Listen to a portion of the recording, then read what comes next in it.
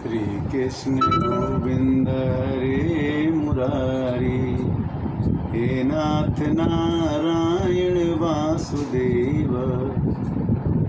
गीता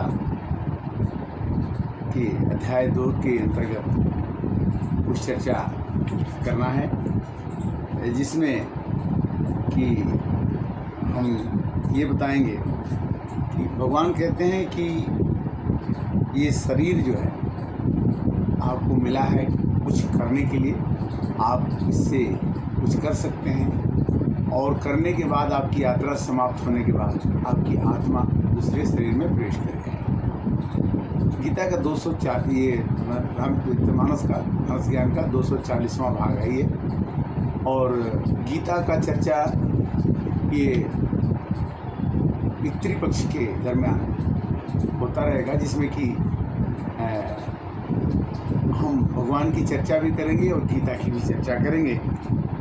और इसमें श्लोक आता है कि अंतवन्ते इमे देहा नित्ययुक्ता शरीरिणः अनाशिनो अप्रमेयस्य तस्मात् युद्धस्य भारत। श्री कृष्ण भगवान ने कहा कि हे अर्जुन, अंत में शरीर नाशवान है किंतु आत्मा नाशवान नहीं है, इसलिए तुम युद्ध करो, यानी जो भी काम आपको मिलता है यह सोच करके करो कि शरीर भले न रहे किंतु आत्मा तुम्हारी हमेशा रहेगी, थी, है और रहेगी। अंतवन्ते इमे देहा नित्ययुक्ता शरीरिणः, शरीर नित्य नहीं है, अनाशिनो अप्रमेयस्य तस्मात् युद्धस्य भारत।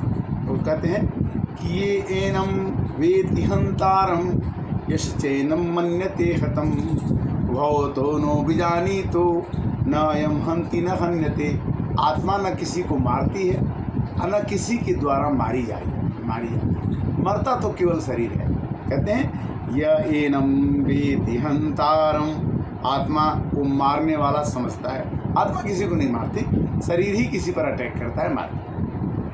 ये चैनम मन्यते हतम, न इसको मारा जा सकता है। कोई अगर शरीर का मर्डर भी करता है, मारता है, तो आत्मा निकल जाती है। ये दोनों नहीं जानते कैसे, वो न विजानीतम न अयम हंति न हन्यते। आत्मा न किसी को मारेगी न किसी के द्वारा मारी जाएगी, तो लड़ाई किस बात का है। कहते हैं कि न जायते म्रियते वा कदाचित न अयम भूत्वा भविता न भूयः।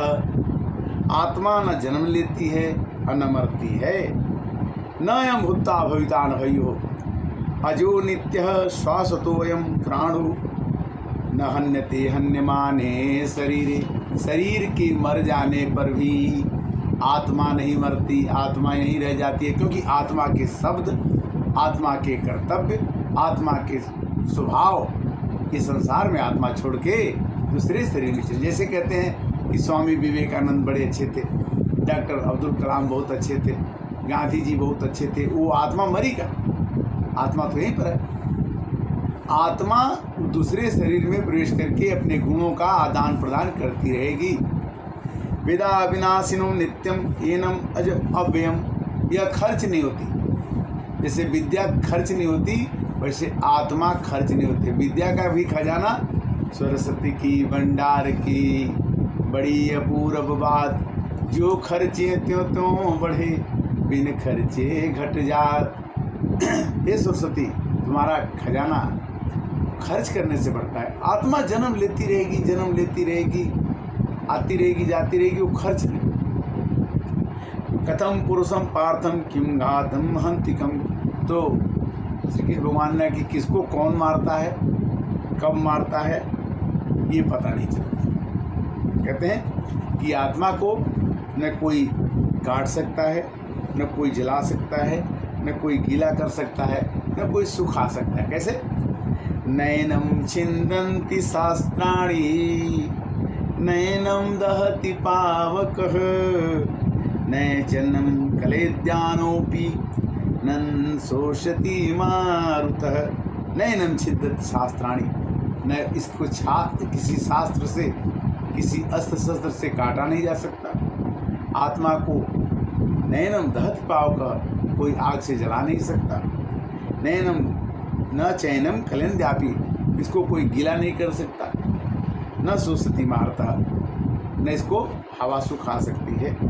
और क्या कहते हैं कि अच्छेद्यो अयम अदाह्यो अयम अक्लेद्यो अशुष्य एव च नित्यः सर्वगतं स्थाणुः अचलो अयम सनातन। आत्मा सनातन है, स्थिर रहने वाला है, सर्वव्यापी है। आत्मा के बिना शरीर नहीं रह सकता। जैसे मिट्टी के बिना घड़ा नहीं बन सकता, उसी तरह से आत्मा के बिना शरीर नहीं रह सकता। अवयुक्तो अयम अचिंतो अयम अविकार्यो अयम उच्यते तस्मादेव विदिचैन्नम नानुशोचति अर्हसि। हे अर्जुन, कभी भी आत्मा के बारे में अव्यक्त है यह, अचिंत्य है यह, विकार रहित है। आत्मा में कोई विकार नहीं होता, कोई कष्ट नहीं होता। इसमें हे अर्जुन, आत्मा को जानकर तुम शोक करने योग्य नहीं हो कि तुम किसी को मारते हो और तुम किसी को बचाते हो। अथ चैनम नितम जातम नित्यम मनुष्ये मृतम तथापि तुम महाबाहो नैव सोचति अर्हसि। हे अर्जुन, आत्मा को सदा जन्म लेने वाला, सदा मरने वाला मानते हो, तो ये महाबाहो इस पर शोक करने की जरूरत नहीं। आत्मा जन्म लेती है, मरती है, ऐसा सोचने से भी जब जिसको जन्म लेना है वो जरूर मरेगा, और जो मर गया वो जरूर जन्म लेगा। कैसे कहते हैं कि जातस्य ही ध्रुवो मृत्यु ध्रुवम जन्म मृतस्य च तस्माद् अपरिहारार्थे न तुम सोचति अर्हसि। हे अर्जुन, जो जन्म ले लिया है संसार में, वो 100 वर्ष में, 50 वर्ष में, 60 वर्ष में, 90 वर्ष में मरेगा। उसकी एक सीमा है कि वो आया है तो जाएगा, और जो मर जाएगा उसको जन्म लेना है दोबारा, ये भी उसका निश्चित है। इसलिए सोचने की ज़रूरत नहीं है। जैसे हम किसी ट्रेन में चढ़ गए और ट्रेन में चढ़ के हमको जाना है कलकत्ता, और कलकत्ता जाके ट्रेन जो है वहीं पर रुक गई, और उसके बाद आगे नहीं जा रही है तो वहीं पर ट्रेन से उतर जाओ, और उतरने के बाद जो काम करने आए हो कर लो, और करके बाद अगले ट्रेन पकड़ने के लिए आपको अलग टिकट बनवाना पड़ेगा और फिर उसमें चढ़ना पड़ेगा। तो ट्रेन में चढ़ते ही हम कई लोगों से दोस्ती कर लेते हैं, कई लोगों से लड़ाई कर लेते हैं। मतलब ट्रेन ही हमने चढ़ते ही हमारे जीवन में विकार आ जाते हैं और उसी में आसक्ति हो जाती है, और उसी को संभालते संभालते हम भगवान की भक्ति और भगवान का नाम और अच्छे कामों को करने की प्रवृत्ति भूल जाया करते हैं। जातस्य ही ध्रुवो मृत्यु जन्म ध्रुवम जन्म मृतस्य च। जो मर गया वो जन्म लेगा, ध्रुव है, सत्य है। ध्रुवम जन्म मृतस्य च, मरे हुए आदमी का जन्म होगा। जातस्य ही ध्रुव मृत्यु, और जो जन्म ले लिया उसको मृत्यु निश्चित होगी, ध्रुव मन निश्चित होगी। तस्माद् अपरिहार्थे न सोचो तुम अर्हसि। अगर जन्म लेने वाला मरेगा, मरने वाला जन्म लेगा, तो तुम्हें सोचने की क्या जरूरत है कि कोई मर गया, आओ वो मर गया तो हम नहीं मरेंगे। ये पितृपक्ष में सभी पितर पृथ्वी पर आते हैं। हमें गीता अवश्य सुननी चाहिए, हमें गीता अवश्य पढ़नी चाहिए, हमें गीता अवश्य सुनानी चाहिए, क्योंकि जो हमारे पितर हैं, जो हमारे दादा दादी, नाना नानी, सास ससुर, माता पिता, बंधु मर गए हैं, वो पृथ्वी पर पितृपक्ष में आते हैं। और पितृपक्ष में आते हैं पृथ्वी पर, तो वो देखते हैं कि हमारे संबंधी, हमारे साथ वाला आदमी गीता रामायण सुख सागर अगर पढ़ता है तो उनके कानों में ये बात पड़ती है और उनको आनंद आता है। वो किसी भी जोनी में रहें, वो किसी भी अवस्था में रहें, आपसे वो संबंधित रहते हैं, और संबंधित रहने पर उनको बड़ी खुशी होती है कि हमारे आने वाली पीढ़ी ने, हमारे जनरेशन में एक आदमी ऐसा है जो गीता का पाठ कर रहा है, रामायण का पाठ कर रहा है, रामायण सुन रहा है, रामायण सुना रहा है, धर्म के कार्यों में युक्त है। तो उससे जो आदमी धर्म करेगा उससे अधर्म होने की संभावना कम होती है। कोई क्यों कि दो न हो एक समय भुआलू, हंस भी ठठाई फुलाई बगालू, दो न हो एक समय भुआलू। कैकेयी ने राजा दशरथ से कहा कि राजा जी, या तो राम को तुम वनवास दे दो, या मेरी वरदान को कहो कि मैं नहीं दूंगा। दो ही काम हो सकता है। अगर ये कहो कि वरदान भी दूंगा और राम वनवास भी ना जाए, ये सब नहीं होगा।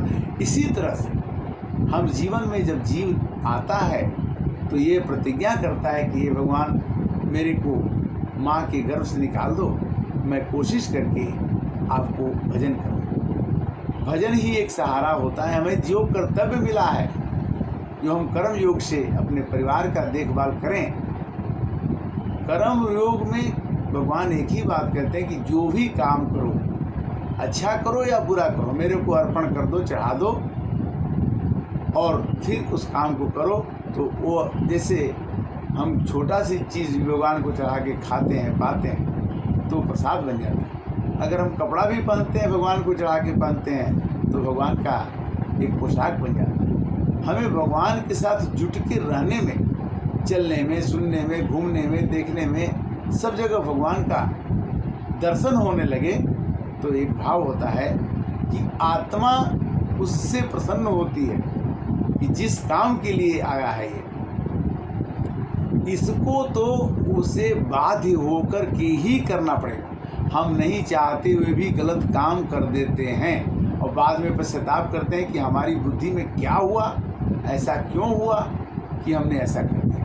अच्छा, हम सोचते हैं कि हम आज के डेट में नहीं करेंगे, किंतु कल के डेट में, आज के डेट में चले जाएं तो हम कहते हैं कि हमको तो पता नहीं था कि हमको कल मरना। ये आज तो इसमें गीता में कहते हैं कि आश्चर्यवत् पश्यति कश्चित्, आश्चर्यवत् वदति तथैव च अन्यः, आश्चर्यवत् वचैनमन्यः शृणोति श्रुत्वा येनं वेद अचैव कश्चित्।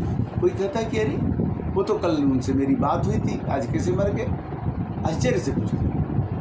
कोई कहता है कि अरे उनका तो उम्र बड़ा कम था, कैसे चले गए। आश्चर्यवत् पश्यति कश्चित्, आश्चर्यवत् बद बदति च अन्यः। इसके बारे में लोग चर्चा करते हैं, 15 दिन की हुई, 10 साल और जीने से ठीक था, 15 साल और जीने से ठीक था।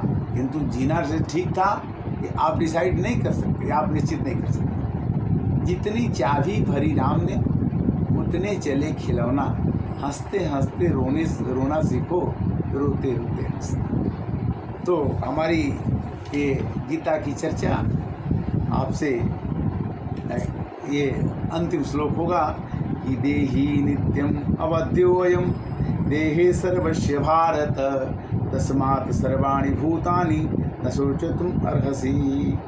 कहते हैं कि जैसे घड़ा फूट जाता है तो उसमें रहने वाला आकाश, खाली जगह गायब हो जाता है, और वो जो घड़ा फूटते ही उसकी मिट्टी मिट्टी में मिल जाती है। उसी तरह से ये संसार में जो पैदा लेता है उसका शरीर मिट्टी में मिलेगा और उसके अंदर जो आत्मा है वो भगवान में जाके आकाश में मिल जाए। तो भाव ये है कि आप और हम भी कोशिश करेंगे कि जब तक पितृपक्ष खत्म नहीं हो तब तक हम रोज़ आपको गीता का कुछ श्लोकों का अर्थ करते हुए सुनाते सुनते आगे बढ़ते रहेंगे। और आपके आशीर्वाद से, प्रभु आपकी कृपा से सब काम हो रहा है। करते हो तुम कन्हैया मेरा नाम हो रहा है। एक क्षण भी हम बिना काम किए नहीं रहते हैं। उसी तरह से एक क्षण भी हम बिना सांस लिए नहीं रह सकते हैं। उसी तरह से एक क्षण भी बिना भगवान के नाम के जप का या अनुभव का हमें नहीं रहना चाहिए। हरे राम राम राम सीता राम राम राम।